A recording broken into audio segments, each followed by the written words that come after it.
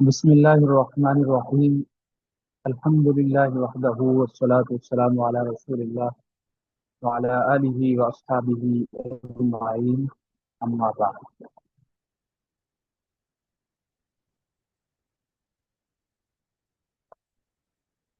تخصص في الدعوہ والارشاد اور شریعہ اکیڈمی کے زیر اہتمام الحمد للہ ہمارے دوسرے سیمسٹر کا آغاز ہو چکا ہے، اور آج فلسفہ کے حوالے سے ہمارے دوسرے سیمسٹر کا پہلا لیکچر ہے۔ ہم نے گزشتہ سیمسٹر میں فلسفہ کے پہلے اور دوسرے دور کے حوالے سے مختصر تعارف کروایا تھا۔ سب سے پہلے مطلقاً فلسفہ کا تعارف اور اس کے اہداف وغیرہ، اس کی تاریخ، اور اس کے بعد ایک لیکچر میں آپ لوگوں کو یونانی فلسفہ کے تینوں ادوار اور ان کے فلاسفہ کا تعارف اور ان کے نظریات وغیرہ بتائے، اور پھر ایک لیکچر میں آپ کو اسلامی فلسفہ، اس کا پس منظر، اس کی شخصیات اور ان کے بنیادی نظریات وغیرہ کے حوالے سے آپ کو آگاہ کیا۔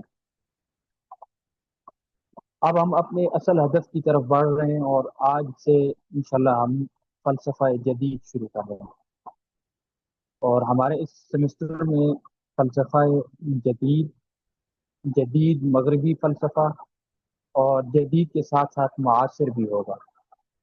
یہ اصل میں دو طرح کا فلسفہ ہے، ایک جس کو ہم محض فلسفہ جدید کہہ سکتے ہیں، اور ایک جس کو ہم معاصر فلسفہ کہہ سکتے ہیں، اب بھی یعنی جو موجود ہے دنیا میں، اور کس شکل میں موجود ہے، صرف ایک نہیں ہے بلکہ مختلف فلسفات ہیں اب بھی دنیا میں جو موجود ہیں۔ تو انشاءاللہ ہم اس سیمسٹر میں جدید اور معاصر مغربی فلسفہ پڑھیں گے۔ سب سے پہلے جدید مغربی فلسفہ کے تین ادوار ہیں۔ پہلا دور 14ویں صدی سے لے کر 16ویں صدی کے اوائل تک، 14ویں صدی کے آخر سے لے کر 16ویں صدی کے اوائل تک، ابتدا تک، اور اس مرحلے کو عصر نشہ ثانیہ یا جدیدیت کہا جاتا ہے۔ اصل جدیدیت ہے اور نشہ ثانیہ اسی کے ذیل میں آتی ہے، تو لہذا اس کے پہلے مرحلے کو یعنی جو 14ویں صدی کے آخر سے لے کر 16ویں کے شروع تک ہے، اس کو جدیدیت کہا جاتا ہے۔ اس کا دوسرا دور 16ویں صدی سے لے کر 16ویں صدی کے اوائل سے لے کر 20ویں صدی تک، اور اسے مابعد جدیدیت کہا جاتا ہے۔ اور تیسرا دور 20ویں صدی سے لے کر اب تک، اس کو بعد مابعد جدیدیت کہا جاتا ہے، یعنی پہلے جدیدیت، پھر جدیدیت کے مابعد۔ یہ اصل میں جو مابعد ہے اس کو پوسٹ ماڈرنزم بھی کہتے ہیں، جدیدیت کو ماڈرنزم، اور جدیدیت مابعد جدیدیت کو پوسٹ ماڈرنزم کہتے ہیں، جس میں جدیدیت پر رد کیا گیا۔ اور پھر تیسرا دور، اس کو بعد مابعد جدیدیت کہا جاتا ہے۔ یہ تین مختلف ادوار ان فلسفہ مغرب کے حوالے سے۔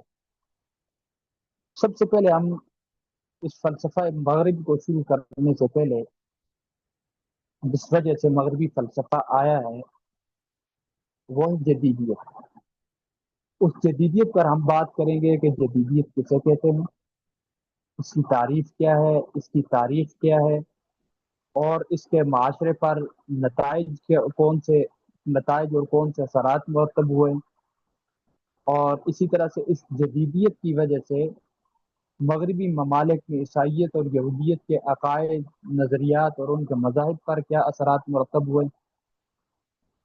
ان حوالوں سے انشاءاللہ ہم سب سے پہلے بات کریں گے، اور اس کے بعد پھر اس جدیدیت کے نتیجے میں جو مختلف فلسفات متعارف ہوئے ہیں پھر آگے، اور مختلف افکار جو متعارف ہوئی ہیں ان کی طرف انشاءاللہ پھر بڑھیں گے۔ جو فلسفات متعارف ہوئے ہیں ان کے حوالے سے بات انشاءاللہ ہماری اس سیمسٹر میں ہوگی، اور جو مختلف افکار متعارف ہوئی ہیں تو ان افکار کے حوالے سے اور مختلف نظام زندگی وغیرہ کے حوالے سے اگلے سیمسٹر میں انشاءاللہ بات ہوگی۔ سب سے پہلے جدیدیت، اسے انگلش میں ماڈرنزم کہا جاتا ہے اور عربی میں اسے الحداثہ کہا جاتا ہے، الحداثہ، جدیدیت یا پھر ماڈرنزم یا پھر الحداثہ۔ جدیدیت کی سب سے پہلے تعریف، جدیدیت صرف کسی ایک چیز کا نام نہیں بلکہ ان تاریخی، فکری، سماجی اور ثقافتی تبدیلیوں اور عوامل کے مجموعے کا نام ہے جو معاشرتی ترقی کی غرض سے 15ویں صدی میں وقوع پذیر ہو کر 17ویں صدی تک دنیا پر اثر انداز ہوئی۔ تاریخی، فکری، سماجی، ثقافتی تبدیلیاں اور عوامل جو معاشرتی ترقی کی غرض سے وقوع پذیر ہوئی اور پھر ساری دنیا پر اثر انداز ہوئی، ان کا اثر ساری دنیا پر مرتب ہوا، ان تمام تبدیلیوں اور عوامل کے مجموعے کا نام جدیدیت ہے۔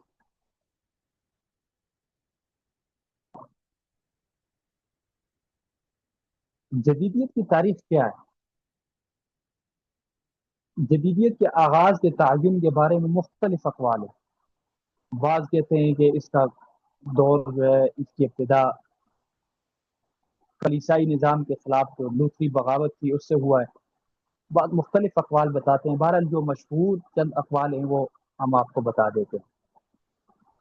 ایک قول یہ ہے کہ جدیدیت کا آغاز 1520 میں کلیسائی نظام کے خلاف لوتھری بغاوت سے ہوتا ہے۔ 1520 میں کلیسائی نظام کے خلاف لوتھری بغاوت سے ہوتا ہے۔ اس لوتھری بغاوت، یہ کون سی بغاوت ہے اور اس کو کیا کہا جاتا ہے؟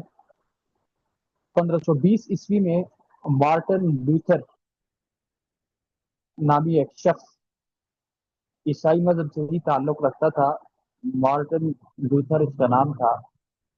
اس نے اصلاح مذہب کے عنوان سے تحریک شروع کی، تحریک اصلاح مذہب، اور عیسائیت پر اس کی تحریک بہت زیادہ اثر انداز ہوئی، حتیٰ کہ آج تک اس کے اثرات اسی طرح سے دنیا میں پھیلے ہوئے اور باقاعدہ عیسائیت کی شکل تبدیل کر کے رکھی اس نے۔ وہ عیسائی جو مذہبی عیسائی کہلاتے تھے اور مغربی ممالک میں روما سے پھیل کر تمام دیگر جگہوں میں پھیلے ہوئے تھے، ان کی اس عیسائیت کے بنیادی نقشوں کو تبدیل کر دیا، عیسائیت کے بنیادی فکر اور نظریات کو تبدیل کر کے رکھ دیا اس مارٹن لوتھر نے اور اس کی تحریک اصلاح مذہب نے۔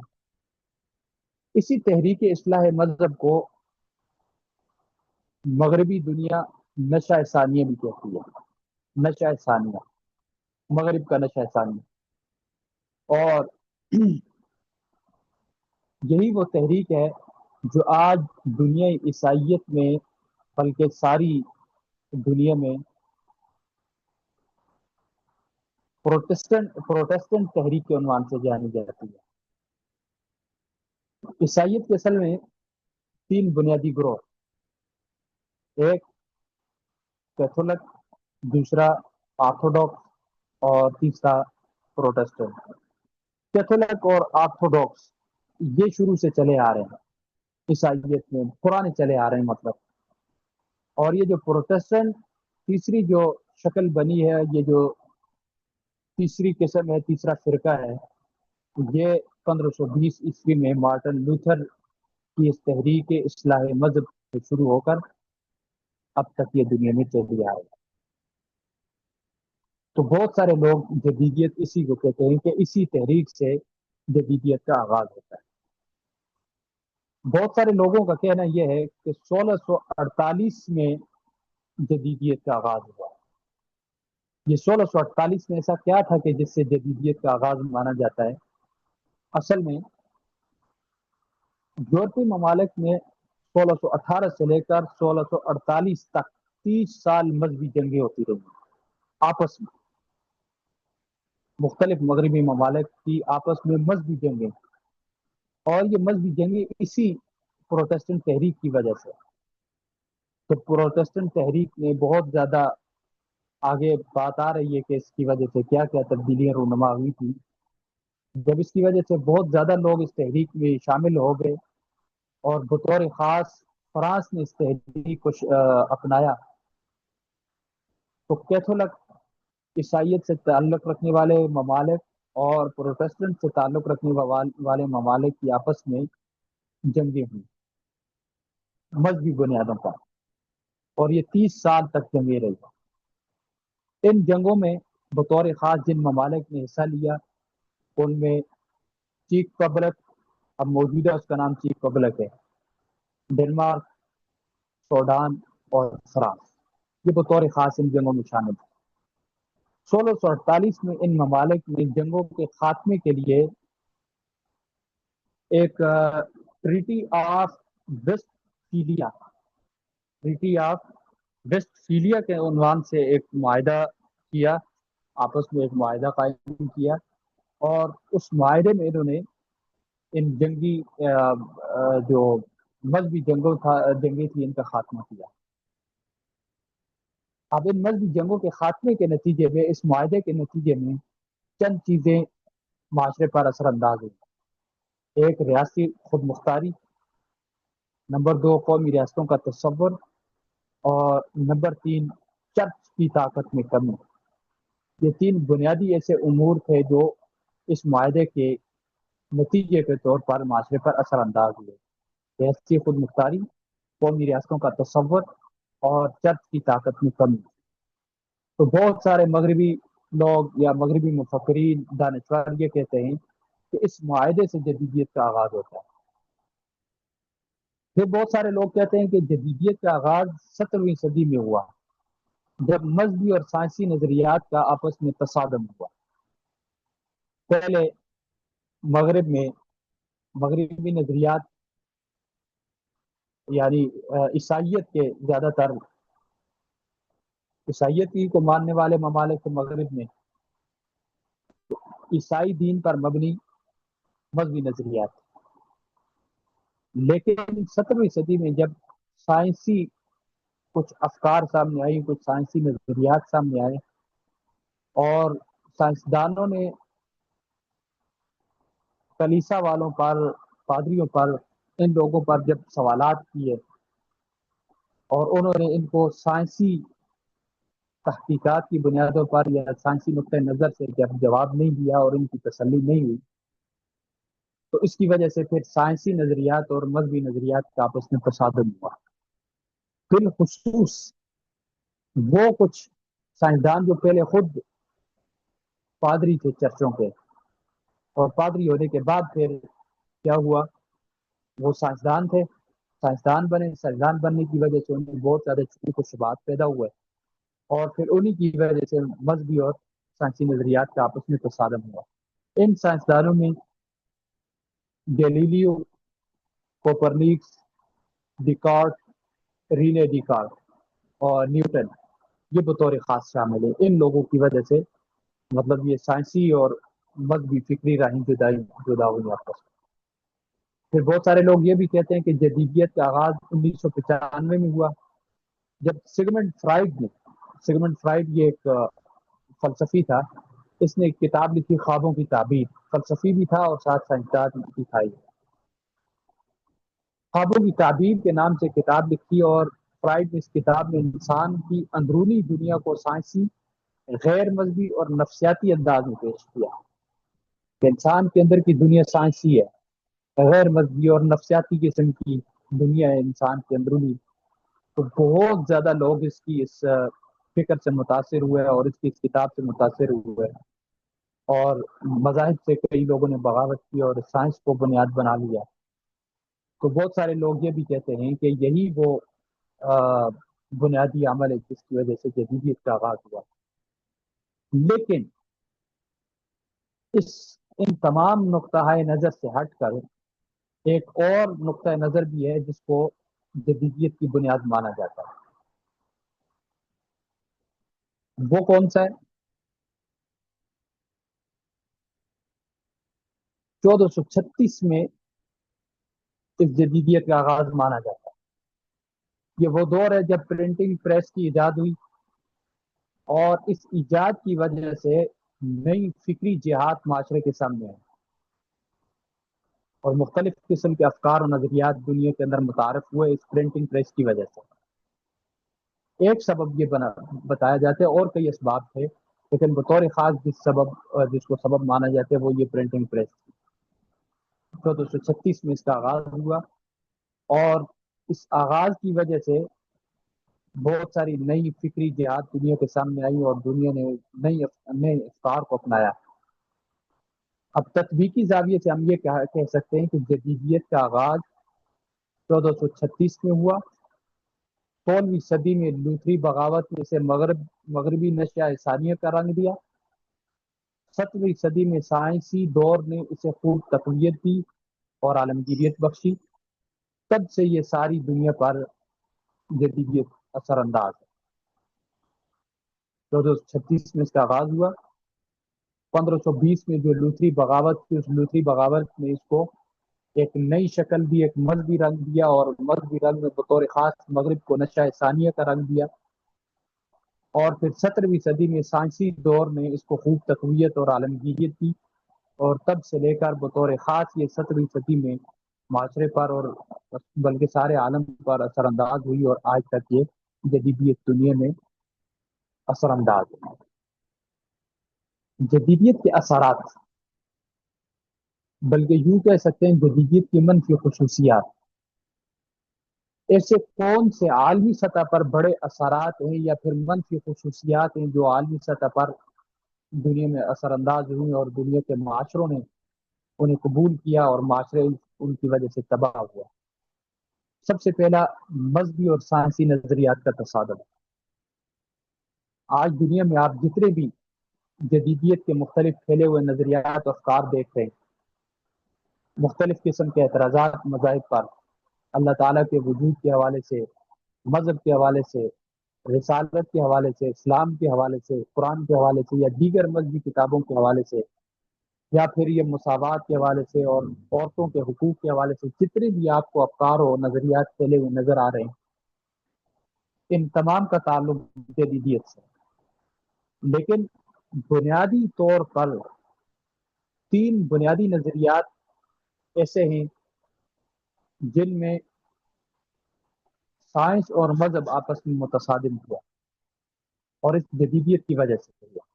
جیسا کہ میں نے ابھی بتایا کہ 1436 میں جدیدیت کا آغاز ہوا، اور 15ویں صدی میں مغرب کے نشہ ثانیہ نے اس کو بطور خاص تقویت دی اور اس کو ایک نیا رنگ دیا اور ایک نیا رخ دیا۔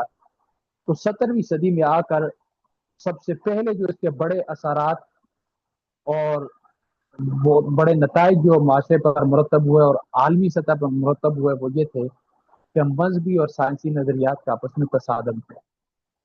3 ایسے بنیادی نظریات تھے جن کا تصادم ہوا، اور جس کی وجہ سے اب ذیلی طور پر کئی افکار ایسی آپس میں متصادم ہیں۔ وہ 3 بنیادی کون سے؟ مذہبی نظریہ یہ تھا اللہ تعالیٰ کے حوالے سے کہ کائنات پر ایک روحانی قوت کا مکمل کنٹرول ہے، اور یہ ایک روحانی قوت کے تحت یہ کائنات منظم ہے، اور اس کائنات کا ایک منتظم ہے جو نظام کو چلاتا ہے اور تدبیر کرتا ہے اور حکم دیتا ہے۔ یعنی کائنات میں ایک روحانی قوت کا مکمل کنٹرول ہے، اور یہ روحانی قوت کے تحت ایک منظم طریقے سے کائنات چل رہی ہے، اور اس کا ایک منتظم اور مدبر ہے جو اس کو چلا رہا ہے اور اس میں تدبیر کر رہا ہے اور اس کو حکم دیتا ہے۔ کائنات کے حوالے سے مذہبی نظریات یہ تھے کہ کائنات اور اس میں موجود تمام اشیاء کا کچھ نہ کچھ مقصد ہے۔ کائنات کا بھی کوئی نہ کوئی مقصد ہے، اور کائنات میں موجود تمام اشیاء کا کوئی نہ کوئی مقصد ہے۔ اور قرآن کریم میں بھی آپ اگر غور و فکر کریں تو قرآن کریم نے یہ دعوت دی ہے، کئی بار دی ہے، سیروا فی الارض فانظروا، زمین میں چلیے پھریے اور دیکھیے، غور و فکر کیجئے۔ اب یہ غور و فکر اسی چیز میں ہو سکتا ہے جس کا کوئی مقصد ہوتا ہے، اور پھر جیسا کہ اللہ تعالیٰ فرماتے ہیں فلاں چیز کو انسان کی خدمت کے لیے پیدا کیا، فلاں چیز کو پیدا کیا، فلاں چیز کو پیدا کیا، یہ ساری کائنات کی جو چیزیں ہیں بلکہ ساری کی ساری کائنات کا کوئی نہ کوئی مقصد ہے۔ مثال کے طور پر جنوں اور انسانوں کے حوالے سے اللہ نے فرمایا وما خلقت الجن والانس الا لیعبدون، جنوں اور انسانوں کو عبادت کے لیے پیدا کیا، اور یہ تو ضرور کہا ہے کہ وما الحیات الدنیا الا لہو ولعب، دنیا کی زندگی لہو و لعب کے علاوہ کچھ بھی نہیں ہے، لیکن کائنات کو لہو و لعب نہیں کہا، بلکہ کائنات کی ہر چیز کا کوئی نہ کوئی مقصد ہے، اور جب مقصد وہ پورا ہو جائے گا تو یہ کائنات ختم ہو جائے گی۔ تیسرا مذہبی نظریہ یہ تھا کہ کائنات ایک اخلاقی نظام کی نمائندگی کرتی ہے، یعنی کائنات اور اس میں موجود ہر چیز ہمیں اخلاق سکھاتی ہے، ہمیں تہذیب سکھاتی ہے، ہمیں ثقافت سکھاتی ہے، ہمیں زندگی گزارنے کے طریقے سکھاتی ہیں۔ مثال کے طور پر ہم دیکھتے ہیں کائنات میں موجود تمام چیزوں کو، سورج کو اپنی ڈیوٹی پر چلتے ہوئے دیکھتے ہیں، چاند کو اپنی ڈیوٹی پر چلتے ہوئے دیکھتے ہیں، تو ہمیں اس سے کچھ سبق ملتا ہے کہ ہمیں بھی اللہ تعالیٰ کے احکامات کی پابندی کرنی چاہیے، اور ہمیں بھی اپنے نظام منظم کر کے چلنا چاہیے۔ یا پھر یہ کائنات میں جو گردشوں کا نظام ہے، مختلف چیزیں، سیارے اور اجرام فلکی جو گردش کرتے ہیں اور ایک نظام کے تحت چلتے ہیں، ان سے ہمیں اپنے نظام کو منظم کرنے کا سبق ملتا ہے۔ حتیٰ کہ کائنات کی ہر چیز ایک اخلاقی نظام کی نمائندگی کرتی ہے اور ہمیں اخلاقیات، تہذیب اور ثقافت سکھاتی ہے۔ یہ مذہبی نظریات کے تین۔ جب سائنس آئی 17ویں صدی میں جدیدیت کے نتیجے میں، تو سائنس نے سب سے پہلے مذہبی نظریے کا رد کیا۔ کون سا مذہبی نظریہ تھا؟ کہ اللہ تعالیٰ کے متعلق جو مذہبی نظریہ تھا کہ سائنس ایک منظم، منتظم اور روحانی قوت کے ساتھ چل رہی ہے۔ سائنس نے آ کر کہا کہ کائنات کسی روحانی قوت کے ساتھ نہیں چل رہی، بلکہ یہ فزیکل قوت کے ساتھ چل رہی ہے، اس پر کسی روحانی قوت کا غلبہ اور کنٹرول نہیں ہے، بلکہ فزکس کا اس پر کنٹرول ہے، فزیکل طریقے سے یہ چل رہی ہے۔ اور اسی سے ایک نظریہ نکلا جس کو کہا جاتا ہے ڈیزم کا نظریہ۔ کہ ڈیزم کا نظریہ کیا تھا؟ آج دنیا میں موجود ہے، یہ نظریہ اب بھی موجود ہے۔ ڈیزم کا نظریہ یہ تھا کہ بعض سائنسدانوں نے تو اللہ تعالیٰ کا بالکل انکار کر دیا تھا کہ اللہ موجود ہی نہیں ہے کائنات میں، بلکہ یہ کائنات صرف فزیکل اصولوں کی بنیاد پر چل رہی ہے۔ لیکن اکثر سائنسدانوں کا نظریہ یہ تھا کہ اللہ تعالیٰ نے اس کائنات کو پیدا کیا ہے، پیدا کرنے کے بعد اللہ تعالیٰ بس لا تعلق، اللہ تعالیٰ کو اس میں کوئی دلچسپی نہیں ہے، بلکہ اس کو اس طور پر پیدا کیا، اس میں ایسی قدرتی اور فزیکل چیزیں پیدا کی ہیں کہ اب یہ انہی کی بنیادوں پر کائنات چل رہی ہے، اللہ کا اس سے براہ راست کوئی تعلق نہیں ہے۔ اور اسی نظریے کو ڈیزم کہا جاتا ہے۔ تو سب سے پہلے سائنس کا یہ بنیادی نظریہ مذہب سے متصادم ہوا۔ دوسرا نظریہ یہ تھا کہ سائنس نے کہا کہ کائنات کا کوئی مقصد اور غایت نہیں، بلکہ کائنات اس لیے تخلیق کی گئی ہے تاکہ ہم اس سے لطف اندوز ہوں اور اس میں رہیں، لیکن اس کا کوئی حتمی مقصد اور ہدف نہیں۔ تیسرا نظریہ یہ جو سائنس کا نظریہ مذہب سے متصادم ہوا وہ یہ تھا کہ مذہب نے کہا تھا کہ کائنات ہمیں اخلاقی نظام سکھاتی ہے اور خود اخلاقی نظام کی نمائندگی کرتی ہے۔ تو سائنس نے آ کر کہا کہ کائنات ہمیں کوئی اخلاقیات، تہذیب وغیرہ نہیں سکھاتی، یہ کسی بھی اخلاقی نظام کی نمائندگی نہیں کرتی۔ یہ وہ تین بنیادی نظریات تھے جن میں مذہب اور سائنس آپس میں متصادم ہوئے، اور اس تصادم کی وجہ سے پھر ان کے تحت ذیلی کئی افکار اور کئی نظریات اس طرح کے رونما ہوئے جو آج تک دنیا میں مذہب اور سائنس کے افکار آپس میں متصادم چلے آ رہے۔ جدیدیت کا دوسرا بڑا نتیجہ اور دوسرا بڑا اثر جو عالمی سطح پر معاشروں میں اثر انداز ہوا وہ ہے انسان پرستی، ہیومنزم۔ انسان پرستی کیا ہے؟ انسان پرستی کا یہ نظریہ یہ ہے کہ انسان ہی حقیقت اعلیٰ ہے اور انسان ہی اتھارٹی ہے، انسان کے اوپر کوئی قوت، کوئی طاقت نہیں ہے، آخرت قیامت، مرنے کے بعد جی اٹھنا، جنت جہنم، یہ کوئی چیز نہیں ہے، یہ سب جھوٹ اور وہم ہے۔ بلکہ انسان ہی حقیقت اعلیٰ ہے، انسان ہی بنیادی اتھارٹی ہے، اور اب جدید انسان آ چکا ہے اور انسان خود کو حاصل کر چکا ہے، بس اس کو اب کسی چیز اور کی ضرورت نہیں ہے۔ سب سے بڑی اتھارٹی انسان ہی ہے۔ اس کو کہا جاتا ہے ہیومنزم، اور اس کو کہا جاتا ہے انسان پرستی۔ یہ جدیدیت کے نتیجے میں مغربی معاشرے میں بطور خاص یہ اثر انداز ہوا۔ پھر اسی کی وجہ سے، اس ہیومنزم کی وجہ سے، لبرلزم اور اسی طرح سے نظریہ ارتقاء اور عورت کی آزادی، فیمنزم، یہ سارے نظریات اس ہیومنزم کی وجہ سے نکلے۔ لبرلزم کیا تھا؟ کہ سائنس میں سیاست اور دین دو جدا جدا چیزیں، ان کا آپس میں کوئی تعلق نہیں، کیونکہ جب انسان اتھارٹی ہے، حقیقت اعلیٰ ہے، اس کو کسی قانون کا پابند ہونے کی ضرورت نہیں ہے، اور وہ کسی قانون کا پابند نہیں ہے، تو لہذا پھر سیاسی معاملات میں اور معاشرتی معاملات میں مذہب کا کیا کام؟ یہ مذہب ہے کیا چیز؟ مذہب تو کچھ بھی نہیں ہے۔ یہ دینوں کی یہ دین اور یہ مذہب یہ انسانوں کی ایجاد ہے، یہ کوئی آسمانی چیز نہیں ہے۔ یہ مذہب کوئی آسمانی چیز نہیں ہے، کوئی آسمانی ایسا روحانی نظام اور سسٹم نہیں ہے، انسانی حقیقت خیال ہے۔ تو پھر اس کو کسی مذہب یا مذہبی نظریات کو سیاست کے ساتھ جوڑنے کی ضرورت نہیں ہے۔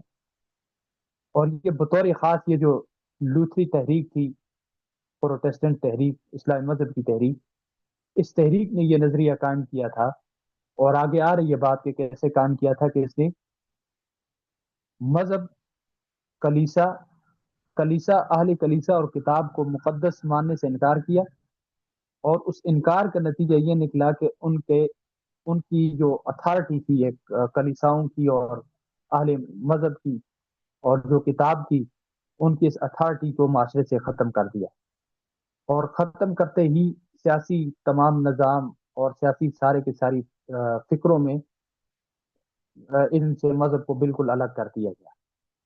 یہ لبرلزم ہے۔ نظریہ ارتقاء کیا تھا؟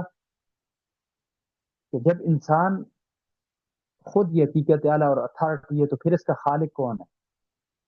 تو اس کا جواب انہوں نے یہ دیا، بطور خاص اس نظریے اور اس فلسفے کا بانی چارلس ڈارون ہے، اس نظریے کا بانی، اور اس نے یہ کہا کہ انسان کا کوئی خالق نہیں ہے، بلکہ انسان پہلے بندر تھا، اور وہاں سے یہ ترقی کرتے کرتے کرتے انسان بن گیا، اور اب نہ جانے آگے ترقی کر کر کے کیا بنے گا۔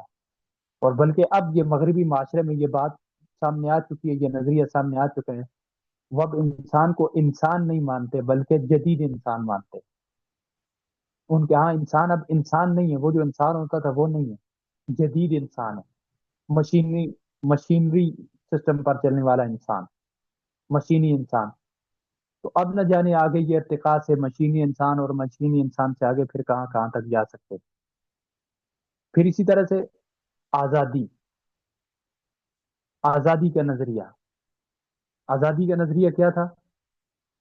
کہ جب انسان کسی بھی خالق کی مخلوق نہیں ہے، خود اتھارٹی ہے، اس کو کسی مذہب، کسی نظریے، کسی خاندانی نظام کا پابند نہیں ہونا چاہیے۔ لہذا مغربی معاشرے نے مذہب سے بغاوت کر دی، اور بغاوت کر کے کہا کہ ہمیں کسی بھی مذہب کی پابندی کی ضرورت نہیں، ہم آزاد ہیں۔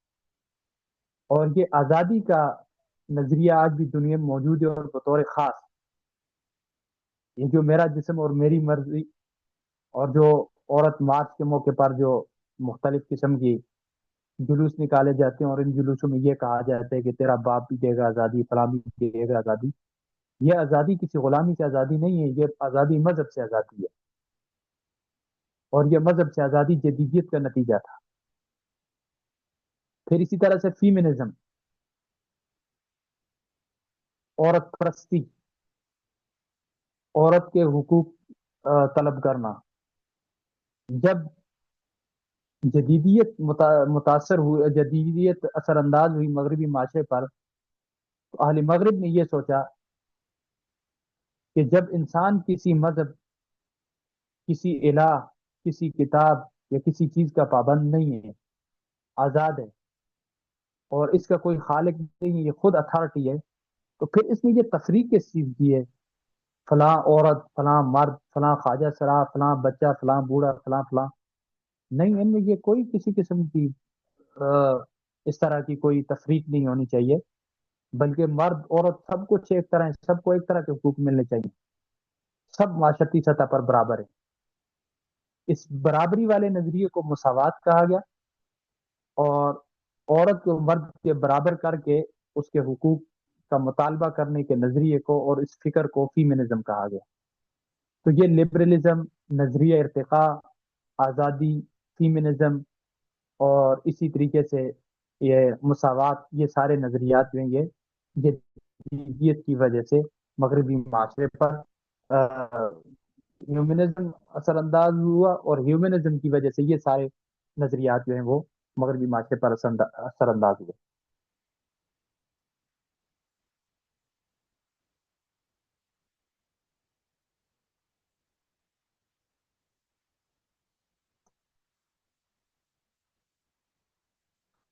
اس کے بعد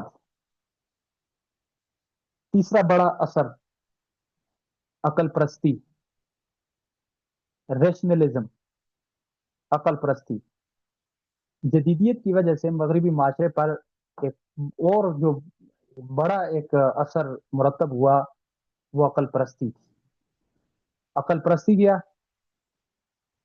مغربی تہذیب میں یہ فکر پروان چڑھی کہ کائنات اور اس میں موجود ہر چیز کی دریافت، معرفت، ادراکی حقیقت، اس سب کچھ کا تعلق انسانی عقل اور فکر سے ہے۔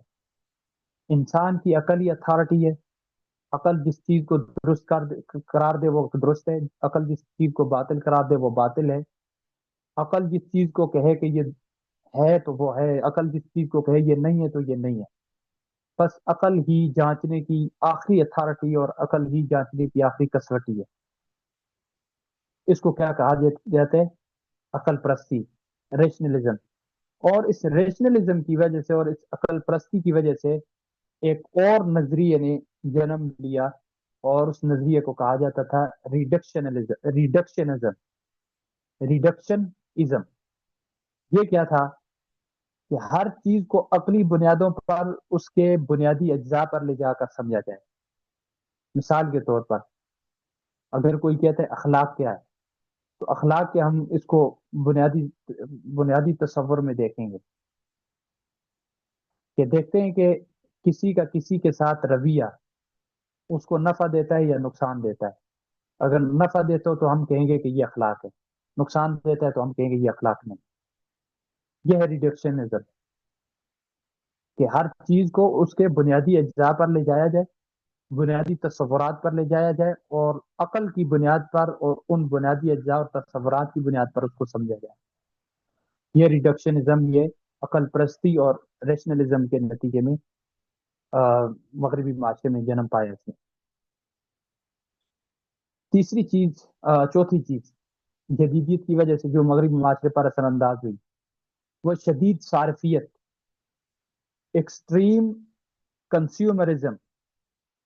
ایکسٹریم کنزیومرزم کہ شدید قسم کی صارفیت۔ یہ شدید صارفیت کیا تھی؟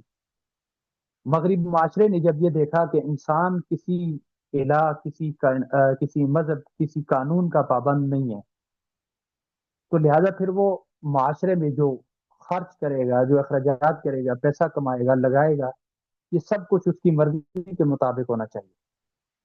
لہذا اس کی وجہ سے یورپ میں جاگیردارانہ نظام قائم ہوا، جہاں چند افراد کی ملکیت ہوتی تھی ساری کی ساری زمین، اور مزدور طبقے کو کوئی اجرت کی حق نہیں دیا جاتا تھا۔ اب ہوتا کیا کہ جب کہیں پر بھی کسی بھی معاشرے میں جس کو حق نہ مل رہا ہو، وہ دو اتھارٹیوں کی طرف رجوع کرتا ہے، یا تو وہ مذہب کی طرف رجوع کرتا ہے، یا وہ پھر ریاست کی طرف رجوع کرتا ہے، ریاستی قانون کی طرف یا مذہبی قانون کی طرف۔ یا تو اس کو مذہب پھر حق دلاتا ہے یا پھر اس کو ریاستی قانون حق دلاتا ہے۔ اس جدیدیت کے نتیجے میں یہ ہوا کہ یورپ میں جاگیردارانہ نظام قائم ہو گیا، اور اس جاگیردارانہ نظام کی وجہ سے زمین پر ملکیت چند لوگوں کی، اور جو مذہبی لوگ ہوتے تھے ان کے یہاں حلال اور حرام کی اتھارٹی ہوتی تھی، وہ اس نظام کو درست قرار دیتے تھے، لہذا عام لوگ اس طرف سے بھی مایوس ہو گئے۔ بادشاہ طبقہ سرمایہ سرمایہ دار طبقے کا ساتھ دیتا تھا، اور ریاستی سطح پر ان کے اس قانون کو درست یا غلط قرار دیتا، بلکہ درست قرار دیتا، تو پھر عام جو مزدور طبقہ ہوتا اور جو عام عوام ہوتی اس کو کچھ نہ مل سکتا تھا۔ اس نظام کا نام تھا شدید صارفیت، ایکسٹریم کنزیومرزم۔ پھر بعد میں جو انقلاب فرانس برپا ہوا وہ اسی کی وجہ سے، اس شدید صارفیت کی وجہ سے برپا ہوا ہے۔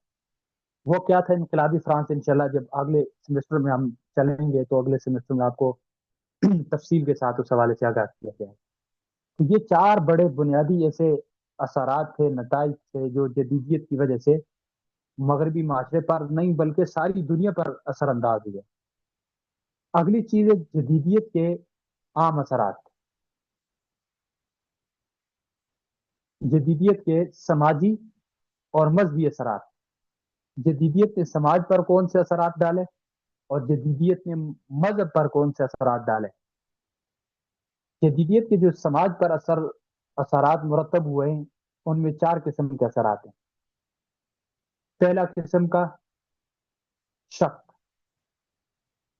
دوسرے قسم کا دین پر اعتماد کی کمزوری، تیسرے قسم کا الحاد، اور چوتھے قسم کا سیکولرزم۔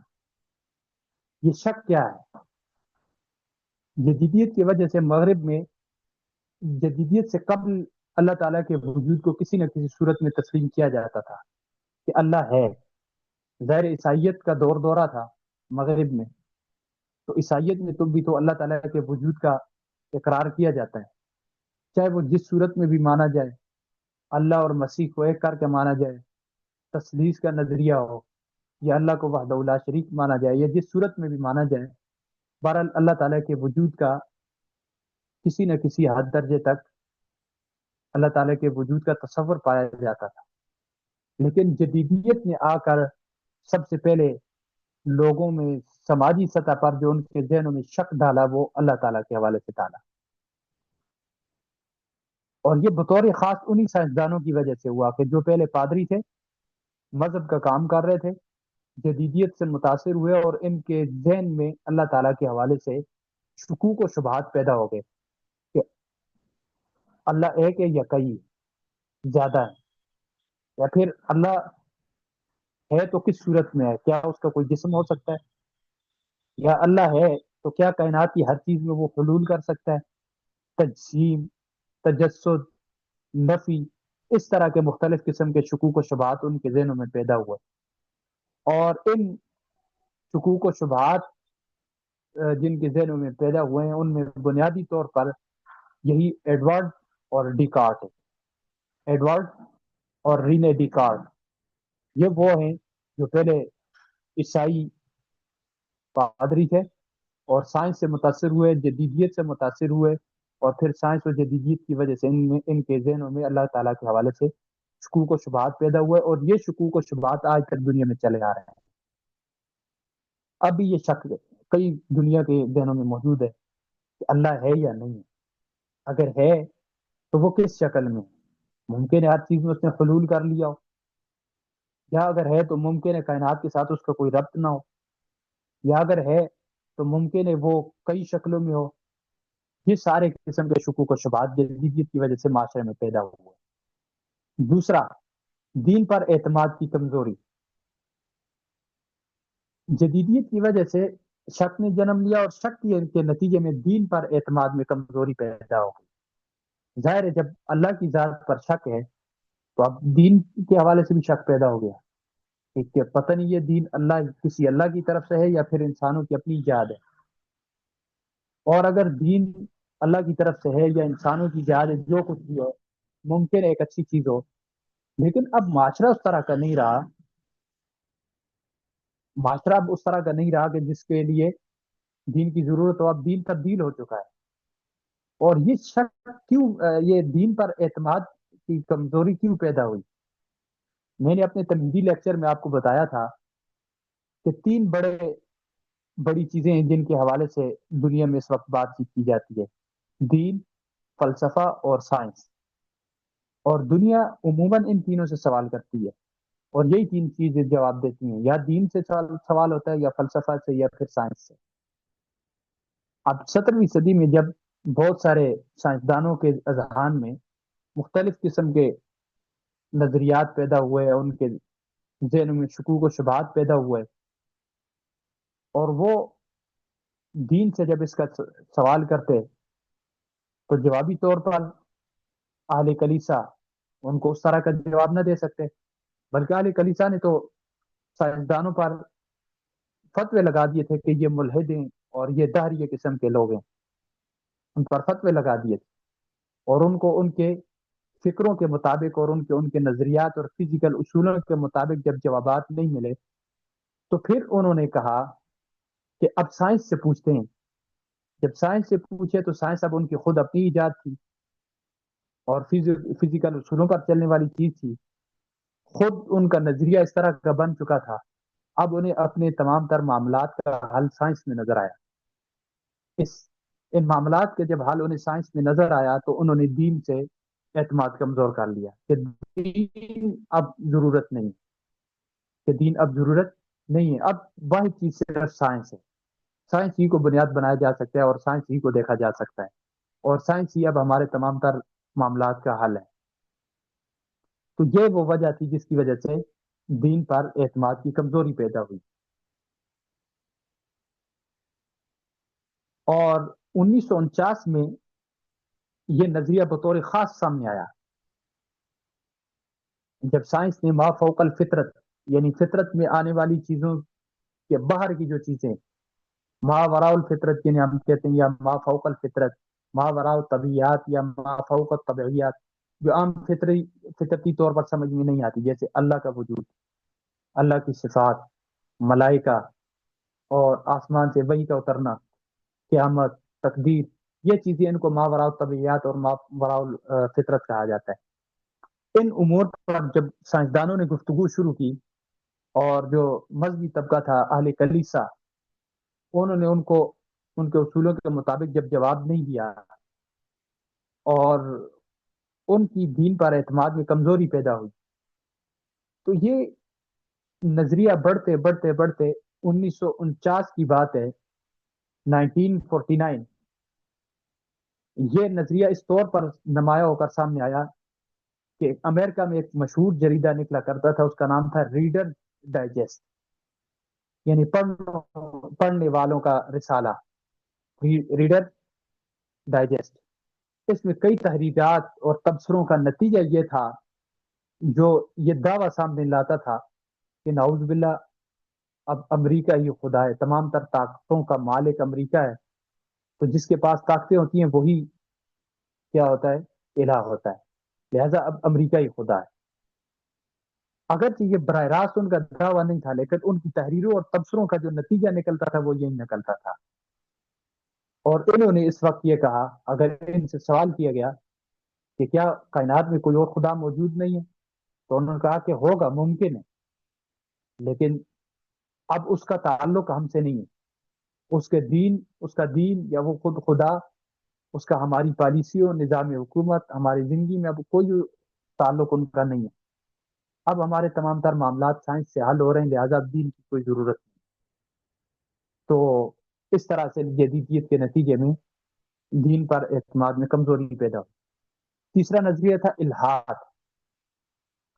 بہت سارے سائنسدانوں کے اذہان میں صرف شک پیدا ہوا کہ اللہ تعالیٰ کی ذات ہے تو کس شکل میں ہوگی، متعدد یا پھر محلل، حلول شدہ، یا پھر تثلیث کی شکل میں، یا پھر کس شکل میں ہو سکتی ہے۔ لیکن الحاد نے آ کر اللہ تعالیٰ کے وجود ہی کا انکار کر دیا، اور یہ جو الحاد ہے، یہ صرف اللہ تعالیٰ کے وجود کے انکار کا نام نہیں ہے، بلکہ ما فوق الفطرت تمام امور کے انکار کا نام ہے۔ یہ لوگ کہتے ہیں کہ کوئی خدا نہیں ہے، یہی لوگ کہتے ہیں کہ جب خدا نہیں ہے تو کوئی مذہب نہیں ہے، کوئی مذہب نہیں ہے تو کوئی پیغمبر نہیں ہے، کوئی پیغمبر نہیں ہے تو کوئی کتاب نہیں ہے۔ جب یہ ما فوق الفطرت چیزیں ہیں نہیں ہیں، عقل میں آنے والی چیزیں ہیں نہیں ہیں، تو پھر یہ قیامت، جنت، جہنم، تقدیر، یہ کچھ بھی نہیں ہے۔ یہ کیا ہے؟ الحاد۔ اور یہ جدیدیت کے نتیجے میں کئی دنیا میں یہ الحاد پیدا ہو کر اس وقت معاشروں میں پھیلا ہوا ہے۔ اور یہ صرف مغربی معاشروں میں نہیں ہے بلکہ پاکستان میں آپ مختلف یونیورسٹیز میں دیکھیں، بطور خاص اسلام آباد کی جو نسٹ یونیورسٹی ہے، اس نسٹ یونیورسٹی میں بہت زیادہ الحاد پھیلا ہوا ہے۔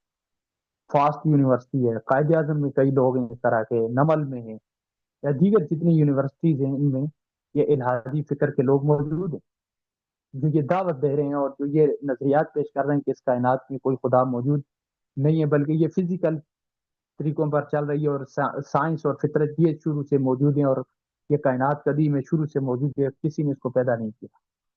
تو یہ الحاد بھی جدیدیت کا نتیجہ ہے۔ چوتھی چیز، سیکولرزم۔ سیکولرزم کیا ہے؟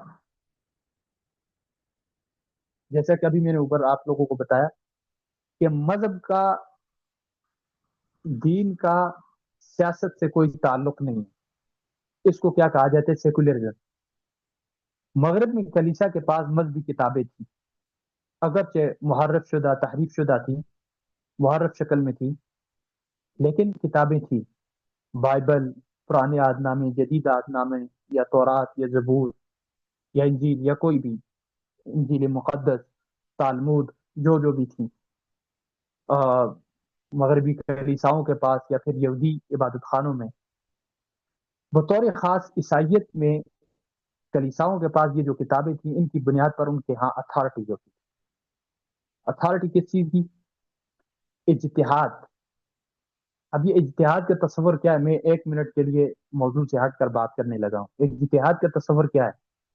ہمارے یہاں اسلام میں اجتہاد کا تصور یہ ہوتا ہے کہ جو دین کے طے شدہ اصول ہیں، ان اصولوں کی بنیاد پر کسی نئے مسئلے کو پیش کرنا۔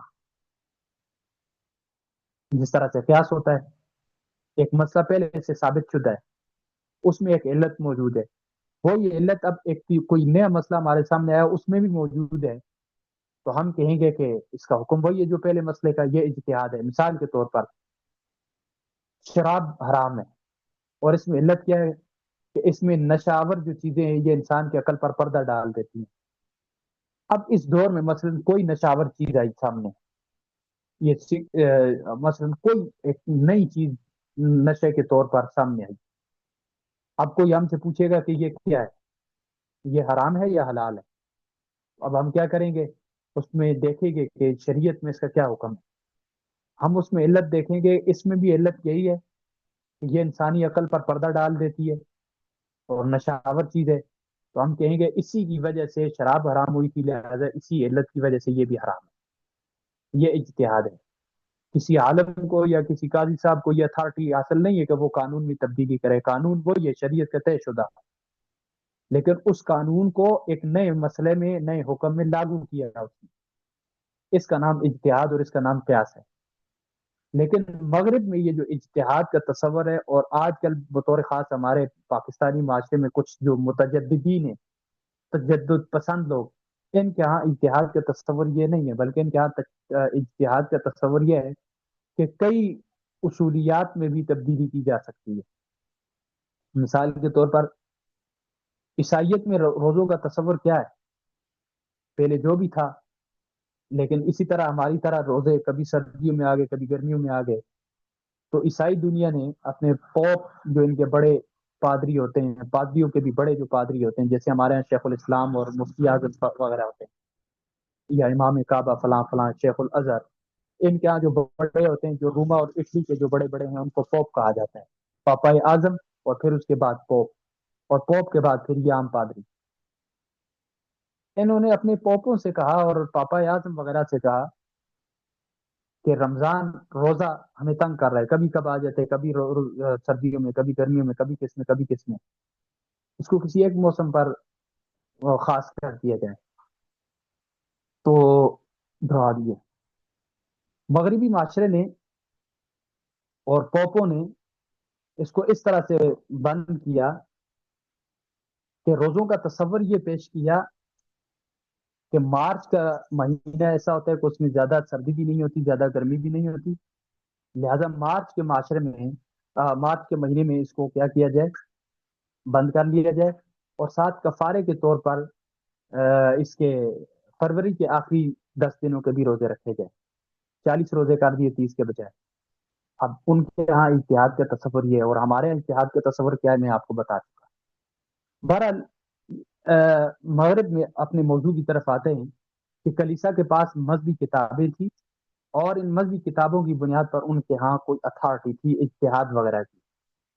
17ویں صدی میں جب سائنس کے ظہور کے وقت انہوں نے سائنس کا انکار ان کلیساؤں نے سائنس کا انکار کیا، تو سائنس نے کیا کیا، کلیساؤں کا انکار کیا، اور بطور خاص 1520 میں اٹھنے والی تحریک، مارٹن لوتھر کی تحریک پروٹیسٹنٹ تحریک، یا پھر اصلاح مذہب کے نام سے جو تحریک اٹھی تھی، اس سے ایک کتاب لکھی یا ایک تحریر لکھی، اس کا نام تھا تعصب کی قبر۔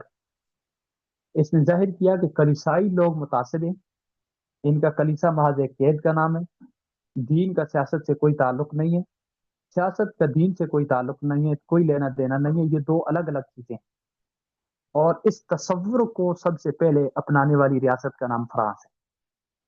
تو یہ تھا سیکولرزم جو جدیدیت کے نتیجے میں مغربی معاشرے پر اثر انداز ہوا۔ تو یہاں تک تھے جدیدیت کے سماجی اثرات۔ اب آگے جدیدیت کے مغربی مذہبی عقائد پر جو جدیدیت کے اثرات مرتب ہوئے ہیں وہ کون کون سے؟ کہ مغرب میں چاہے وہ عیسائیت کا دین ہے یا یہودیت کا دین ہے، ان پر جو مذہبی سطح پر جو اثرات مرتب ہوئے ہیں جدیدیت کے، وہ کون سے؟ نمبر 1، معجزات کا انکار۔ معجزات کا انکار کیوں ہوا؟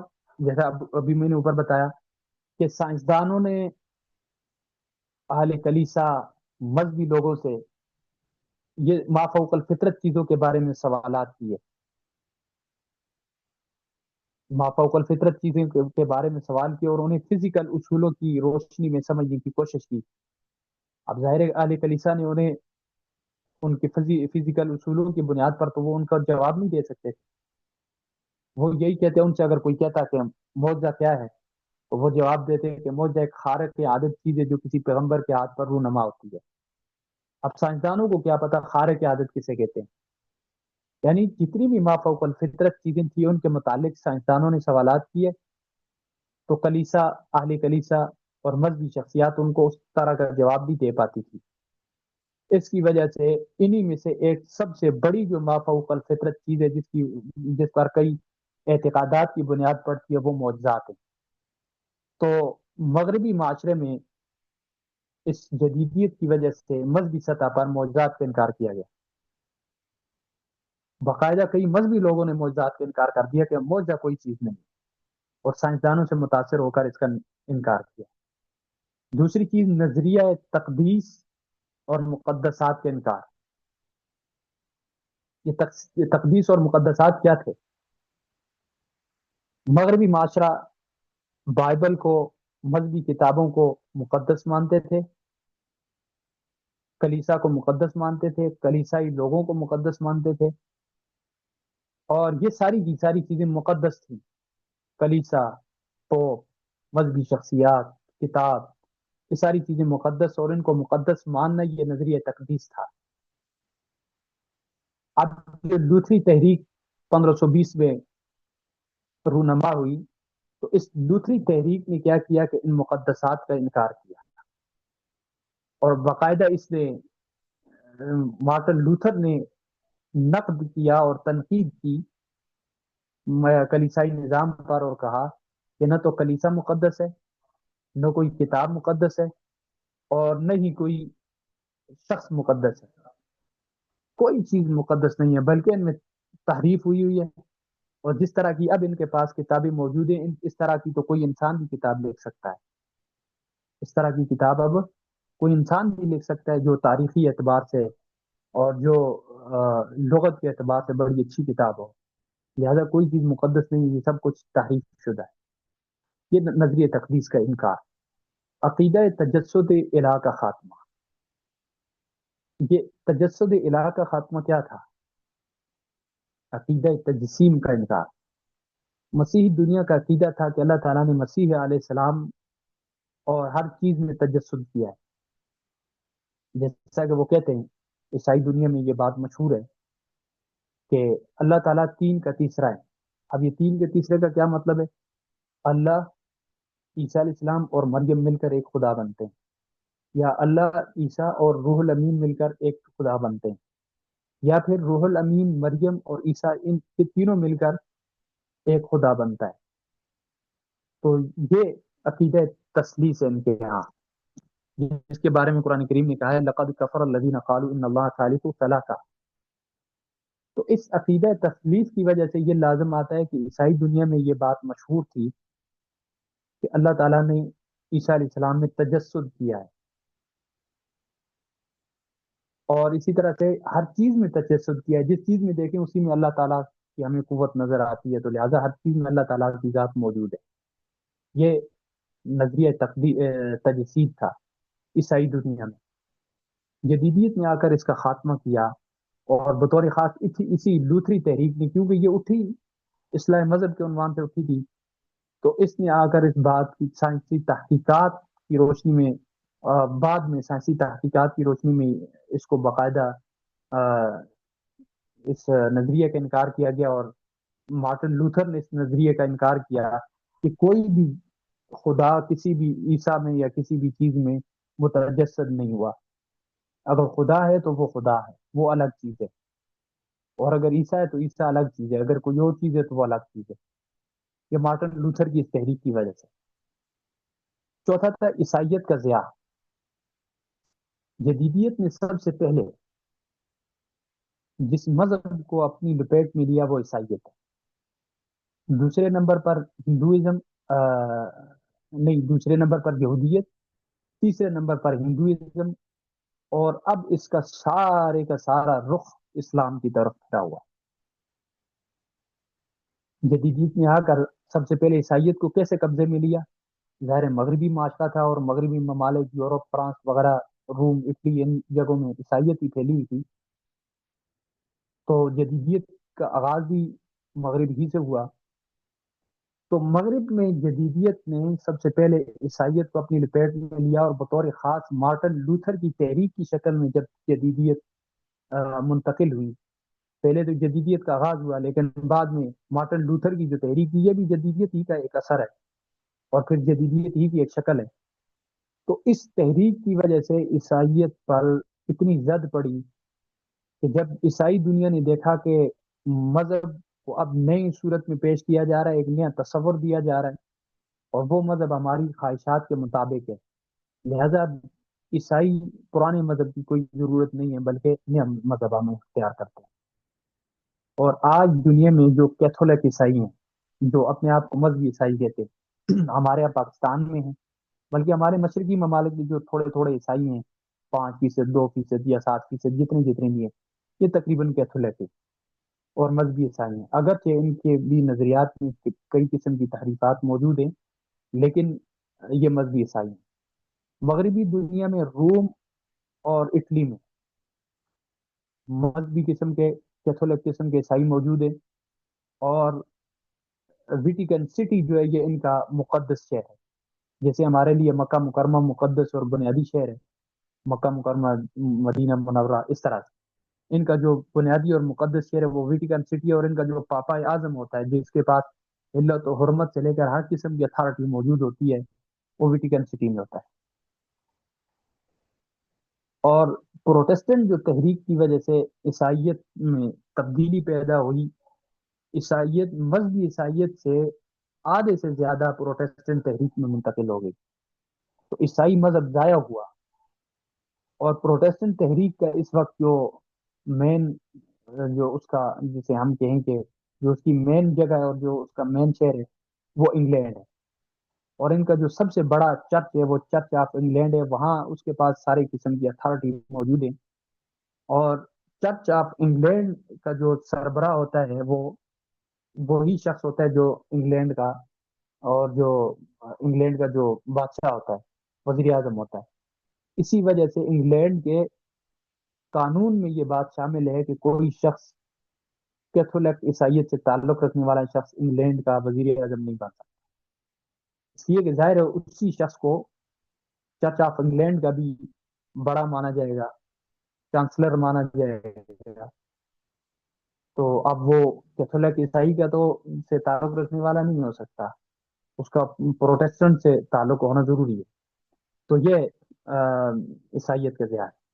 اس کے بعد مغرب میں مذہبی عقائد پر جدیدیت کے جو مثبت اثرات ہیں عیسائیت کے اعتبار سے، کہ کئی قسم کی ایسی، مثلا عیسائی ایسے عقائد تھے، ایسے نظریات تھے کہ جن کی اصلاح ہونی چاہیے تھی، تو ان کو مثبت اثرات سے ہم تعبیر کریں گے.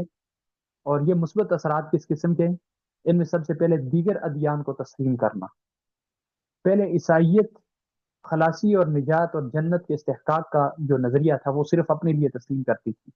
عیسائیت کہتی تھی کہ صرف ہم ہی ہیں جو خلاصی جن کو حاصل ہے، عیسیٰ علیہ السلام نے جن کی طرف سے کفارہ ادا کر دیا ہے، اور جنت کے مستحق صرف ہم ہی ہیں.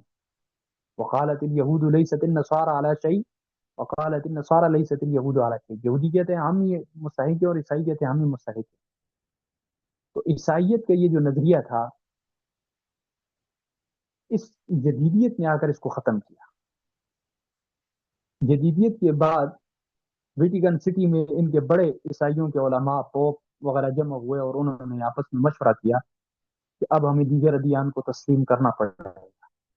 اگر تسلیم نہ کیا تو جدیدیت ہماری عیسائیت کو تباہ کر دے گی اور ختم کر دے گی. لہٰذا انہوں نے پھر یہودیت کو بھی تسلیم کیا اور اسلام کو بھی تسلیم کیا، اور انہوں نے اس نظریے کو بھی، بات کو بھی تبدیل کیا کہ خلاصی، نجات اور جنت کا استحقاق صرف عیسائیت کے لیے نہیں ہے بلکہ یہودیت اور اسلام کے لیے بھی ہو سکتا ہے. دوسرا، اصلاح الدین کی تحریک.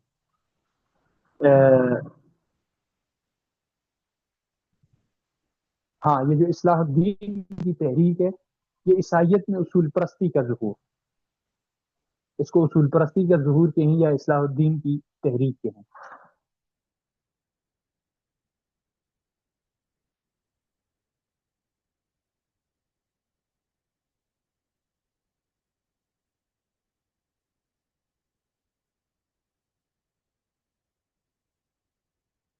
یہ اصلاح الدین کی تحریک کیا تھی؟ وہی مارٹن لوتھر کی تحریک 1520 والی. عیسائیت میں کئی چیزیں ایسی تھیں کہ جن کی اصلاح ضروری تھی. تو مارٹن لوتھر نے 1520 میں پروٹیسٹنٹ تحریک شروع کی اصلاح مذہب کے عنوان سے، اور اس نے آ کر کئی مذہبی چیزوں کو تبدیل کیا اور کئی قسم کے نئے اصول قائم کیے. اور انہی نئے اصولوں پر جنہوں نے عمل کیا تو وہ پروٹیسٹنٹ میں شامل ہو گئے، اور وہاں سے پروٹیسٹنٹ کی بنیاد پڑ گئی. تیسرا، یہودیت کی قتل مسیح سے برات. یہودی پہلے خود اعتراف کرتے تھے کہ انہوں نے مسیح کو سولی پر لٹکا کر قتل کر دیا تھا، لیکن جدیدیت کے بعد انہوں نے عیسائی مذہب کے بدلتے معتقدات کو دیکھ کر نئی مسیحیت سے اپنی منافرت کم کرنے کے لیے انہوں نے اپنا یہ نظریہ بھی تبدیل کیا، اور انہوں نے کہہ دیا کہ بھائی یہ عیسیٰ علیہ السلام کو ہم نے قتل نہیں کیا. اور عیسائیت نے اس بات کو تسلیم کیا. عیسائیت نے بھی اس بات کو تسلیم کیا کہ یہودی حضرت عیسیٰ علیہ السلام کے قتل کے ذمہ دار نہیں ہیں.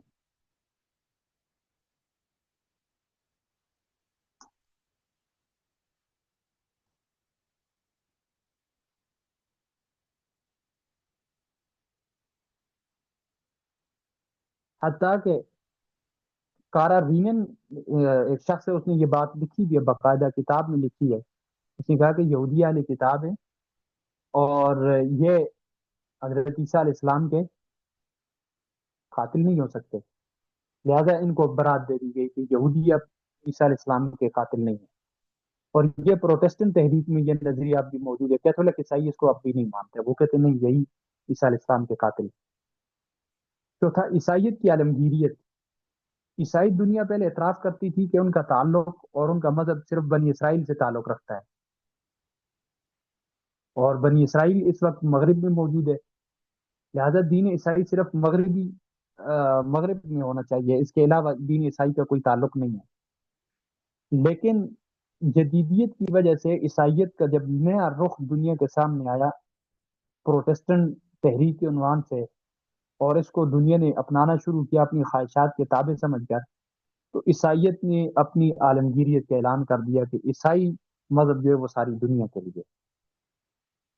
تو یہ عیسائیت کی ایک عالمگیریت، عیسائیت کے اعتبار سے یہ ان کے لیے ایک جدیدیت کا مثبت اثر تھا۔ پانچویں، نئے فرقے کا ظہور۔ یہ نئے فرقے کا ظہور کیا تھا؟ الہیاتی آزادی۔ یہاں پر مجھ سے غلطی سے یہ فیمنزم لکھا گیا، یہ فیمنزم نہیں، یہ ہے لبریشن تھیولوجی۔ لبریشن تھیولوجی کیا ہے؟ الہیاتی آزادی۔ مغربی بالخصوص امریکہ میں، مغربی دیگر ممالک میں، بطور خاص امریکہ میں، معاشرے میں غریب عوام کا استحصال ہو رہا تھا،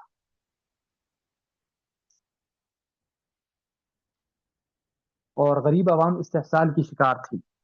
تو پادریوں نے یہ تصور دیا کہ مسیح علیہ السلام مظلوموں کے ساتھ تھے، آج بھی ان غریبوں کا ایمان بھی مسیح پر ہونا چاہیے اور مذہب کو ان کی امداد کرنی چاہیے۔ چنانچہ 1960 میں امریکہ میں عیسائیت نے عوامی طبقے کو سماجی اور معاشرتی استحصال سے الہیاتی آزادی دلانے کے لیے، الہیاتی آزادی کیا تھی؟ کہ عیسیٰ علیہ السلام جب مظلوموں کے ساتھ تھے تو اب بھی مذہب کو مظلوموں کے ساتھ ہونا چاہیے، لہذا ان کو الہیاتی نجات دلانی چاہیے، یعنی صرف ان کو خدا کا بندہ ہونا چاہیے، کسی اور کے ظلم کا شکار نہیں ہونا چاہیے۔ کہ الہیاتی آزادی کا تصور، لبریشن تھیولوجی سامنے آئی، اور اس کے تین نتائج نکلے، یعنی تین نکات تھے جن کی بنیادوں پر یہ لبریشن تھیولوجی جو الہیاتی آزادی ہے یہ دنیا میں بطور خاص امریکی معاشرے میں یہ قائم ہوئی۔ نمبر ایک، دوبارہ سے مسیح علیہ السلام پر ایمان مضبوط کیا جائے، کہ دین مسیحیت صرف عبادات کا نام نہیں ہونا چاہیے، بلکہ جس طرح عیسیٰ علیہ السلام غریبوں کا ساتھ دیتے تھے، اسی طرح آج بھی عیسیٰ علیہ السلام پر اور دین عیسائیت پر ایمان اپنا مضبوط کیا جائے اور غریبوں کا ساتھ دیا جائے۔ تو پہلا نقطہ یہ تھا کہ دوبارہ سے مسیح علیہ السلام پر ایمان مضبوط کیا جائے۔ نمبر دو، غریب طبقے کو حق دلانا، تو مسیحیت کو عبادات کے تصور سے آگے بڑھ کر سماجی اور معاشرتی سطح پر انسانوں کی مدد کرنی چاہیے اور انہیں حق دلانا چاہیے بطور خاص غریبوں کو۔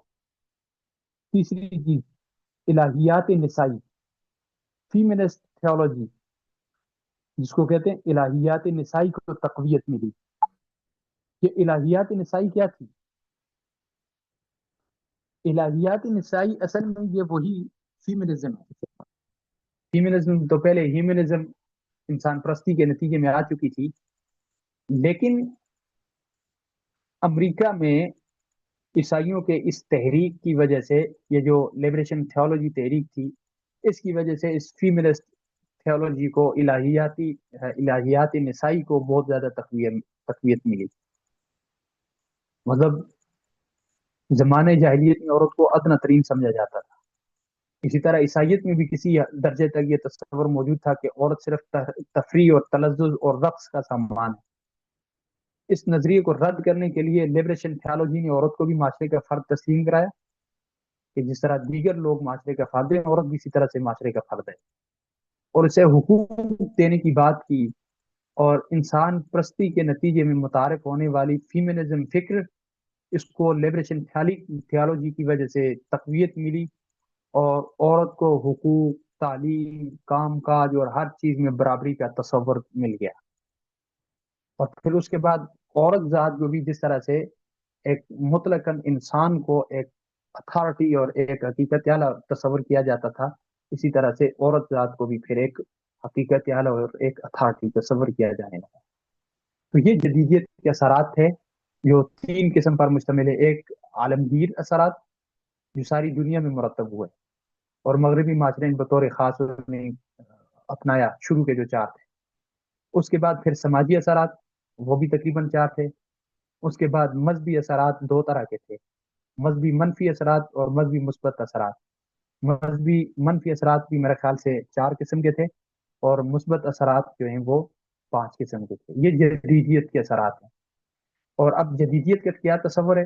جدیدیت صرف ہم اس 1436 میں اٹھنے والی تحریک کو نہیں کہیں گے، بلکہ 1436 میں اٹھنے والی تحریک 1520 میں مغرب میں برپا ہونے والا نشہ مغرب کا نشہ ثانیہ، پروٹیسٹنٹ تحریک جس کا نام ہے اصلاح دین کی تحریک، اور 17ویں صدی کے سائنسی رجحانات، یہ سب کچھ مل کر جدیدیت بنتا ہے.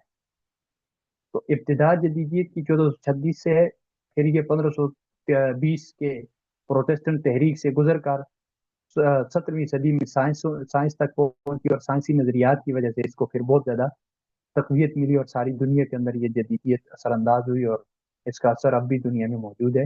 یہ ہے جدیدیت، اور یہ ہے جدیدیت کے اثرات. تو باقی انشاءاللہ اب ہم اگلا جو ہمارا لیکچر ہوگا وہ ہم اس جدیدیت کے نتیجے میں متعارف ہونے والے فلسفات پر بات کریں گے کہ مغرب میں کون کون سے فلسفے ایسے ہیں جو جدیدیت کی وجہ سے متعارف ہوئے ہیں.